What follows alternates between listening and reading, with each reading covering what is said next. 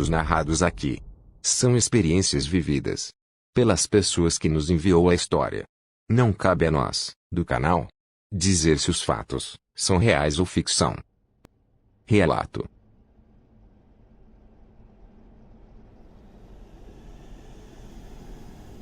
A poeira com tom avermelhada levantava, com a força do vento, junto aos passos da boiada, que subia pelo bairro de Santana, antes de chegar na antiga Rua Paraíba, hoje conhecida como Avenida Rui Barbosa, até a Rua do Mercado Municipal, também conhecida na época como a Rua do Matadouro, que hoje atualmente é a Siqueira Campos. A semana tinha seus dias de intensa movimentação, especialmente quando surgiam as correrias espetaculares de pessoas que fugiam das boiadas, ou de alguma vaca brava que se desvencilhava de alguma comitiva. Era um programa sempre inesperado, que oscilava entre o perigo, ou com alguma cena hilariante, gerada por alguma confusão causada pela passagem dos animais. Como eu estava contando, o trajeto dos animais era sinônimo de poeira intensa. Era uma realidade inegável para quem viveu ali. A cidade inteira, naquele tempo, não conhecia nenhuma forma de calçamento. As ruas de terra eram o palco, e a poeira que levantava, a lembrança mais nítida de uma época simples e verdadeira, tornando o movimento das comitivas um evento emocionante, que faziam daquelas correrias a alegria das crianças e o desespero dos mais velhos. Em alguns momentos, o espetáculo se tornava realmente grandioso. Finalmente, depois de muita briga entre o gado e os boiadeiros, os animais entravam nos cercados do matadouro, onde se acomodavam à espera do abate. Este caso aconteceu entre os anos de 1954 e 1957, guardando um segredo obscuro. Hoje que resta do abatedouro é apenas uma única fotografia antiga do local, e uma vaga lembrança, engolida pela construção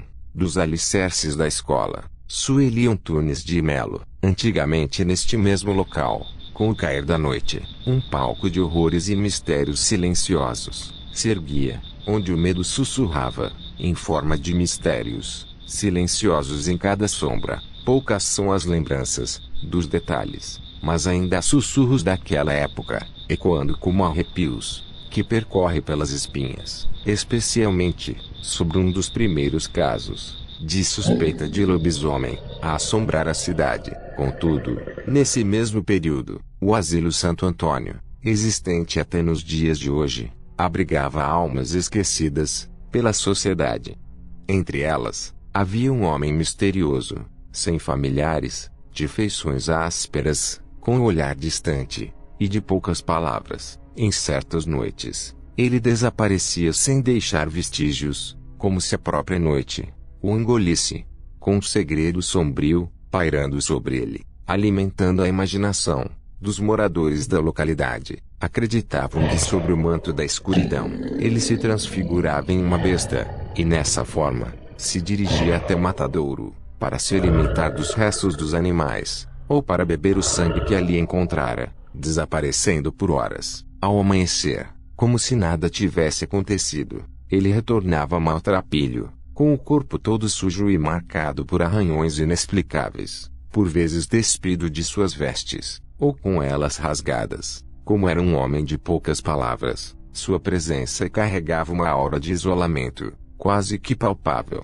Nas noites de seu desaparecimento, um temor silencioso se espalhava pelas pequenas ruas e vielas mal iluminadas, como uma névoa fria que precede o desconhecido. Sabiam que ele saía para saciar sua fome sinistra, com o único intuito de beber o sangue fresco dos animais recém-abatidos. Naquele local amaldiçoado, ao avistá-lo, como uma sombra furtiva movendo-se pela escuridão, em direção do antigo matadouro, os moradores se apressavam em trancar seus animais, buscando uma vã segurança para suas criações. Antes de se refugiarem em suas casas, trancavam portas e janelas, como se pudessem barrar, não apenas a figura sombria, mas também o terror gelado que a precedia, aguardando que o sol finalmente dissipasse as sombras da noite anterior, e com elas, talvez, o prenúncio de algo ainda mais sombrio. Mas, antes que a última sombra da noite se dissolvesse, a atmosfera se tornava densa, com terrores invisíveis. Uivos de lamentos, como de uma alma perdida, cortavam o silêncio gélido da noite.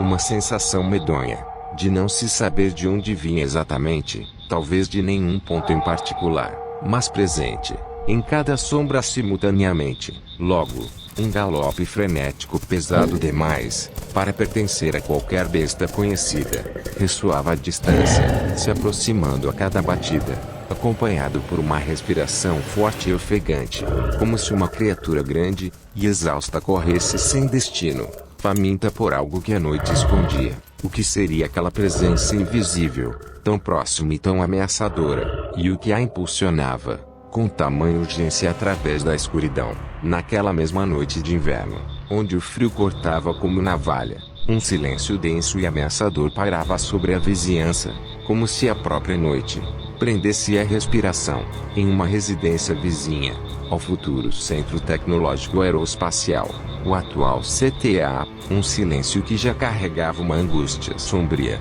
foi brutalmente despedaçado, por um cacarejar histérico, como um som de alerta frenético cheio de medo, rasgando a quietude e reverberando pelo quintal, como um eco visceral de terror, da emoção crescente de um predador, que finalmente alcançava sua presa. A moradora, com o pressentimento gélido a percorrer sua espinha, se levantou do calor fugaz de sua cama, e com a mão hesitante, ao girar a maçaneta com um mínimo ranger de porta, ao abrir, fez que uma onda de medo invadisse o ambiente, como se a própria escuridão ganhasse uma forma de vida. O que seus olhos encontraram lá fora, aprendeu na soleira com terror, gelando seu sangue. Uma sombra negra, mais densa que a própria trevas, estava curvada sobre uma de suas galinhas. O som gutural de carne sendo rasgada, preenchendo o ar noturno, num banquete macabro, sob a luz pálida da lua. A criatura interrompeu sua refeição hedionda, e lentamente, movendo sua cabeça disforme, erguendo seu focinho, farejando o ar, girou, sua cabeça fixando seus olhos, brilhantes num tom de amarelo, faiscantes, diretamente nela, perfurando a escuridão. Um medo primordial a atingiu, como um golpe físico, impulsionando-a para trás. Numa rapidez, ela se lançou para dentro trancando a porta, com suas mãos que tremiam, incontrolavelmente. Segundos depois, um impacto violento sacudiu a casa, fazendo os vidros vibrarem. Do lado de fora, um urro bestial ecoou carregado de uma fúria ancestral, que parecia emanar das profundezas. Paralisada, a mulher apenas conseguia gritar, de horror contra as paredes. Então, percebendo a solidez da barreira, a criatura recuou. Uivos raivosos rasgaram o silêncio da noite, diminuindo gradualmente, enquanto a sombra monstruosa desaparecia na escuridão impenetrável. Na manhã seguinte, a notícia do ataque se espalhou entre os vizinhos, como uma névoa fria, carregando consigo, não apenas o horror do evento mas também a semente de um medo ainda maior do que poderia espreitar na escuridão que envolvia suas casas. Tempos depois, nas imediações do abatedouro, dois jovens presenciaram algo que gelou suas espinhas. Próximo ao encanamento enferrujado, que despejava o sangue dos animais abatidos, em um riacho, eles viram uma figura grotesca. O que chamou a atenção deles foram as vestes humanas na criatura, agora rasgadas em seu corpo, que se banqueteava com restos de animais. A criatura, concentrada em sua alimentação, não notou a presença dos rapazes, mas eles, conhecedores dos boatos sinistros, recuaram em silêncio, com o coração pulsando forte no peito, sem ousar chamar a atenção do monstro. Com o tempo, o matadouro foi silenciado e abandonado, suas estruturas sombrias demolidas para dar lugar a um local de aprendizado. Depois da demolição ergueu-se ali uma escola. Anos se passaram, e o homem recluso do asilo ainda desaparecia, em certas noites, mas com o tempo ele também encontrou seu descanso final. Curiosamente, junto com sua morte, os avistamentos do suposto lobisomem, de 1957, cessaram, como se ambos estivessem literalmente ligados. O que restou dessa história? Apenas fragmentos sombrios, sussurros esquecidos no tempo, e a vaga sensação de que algo terrível se espreitava nas noites das velhas ruas da cidade, os mistérios marcados e esquecidos pelo tempo, em que daquele abatedouro, que era frequentado por uma sinistra criatura, no ano de 1957. Gostaria que o canal contasse a sua história? Nos envie. Não precisa se identificar. Ficaremos gratos em poder contá-las. Os links de contato estão nas descrições de nossos vídeos. Você gosta dos relatos contados pelo nosso canal?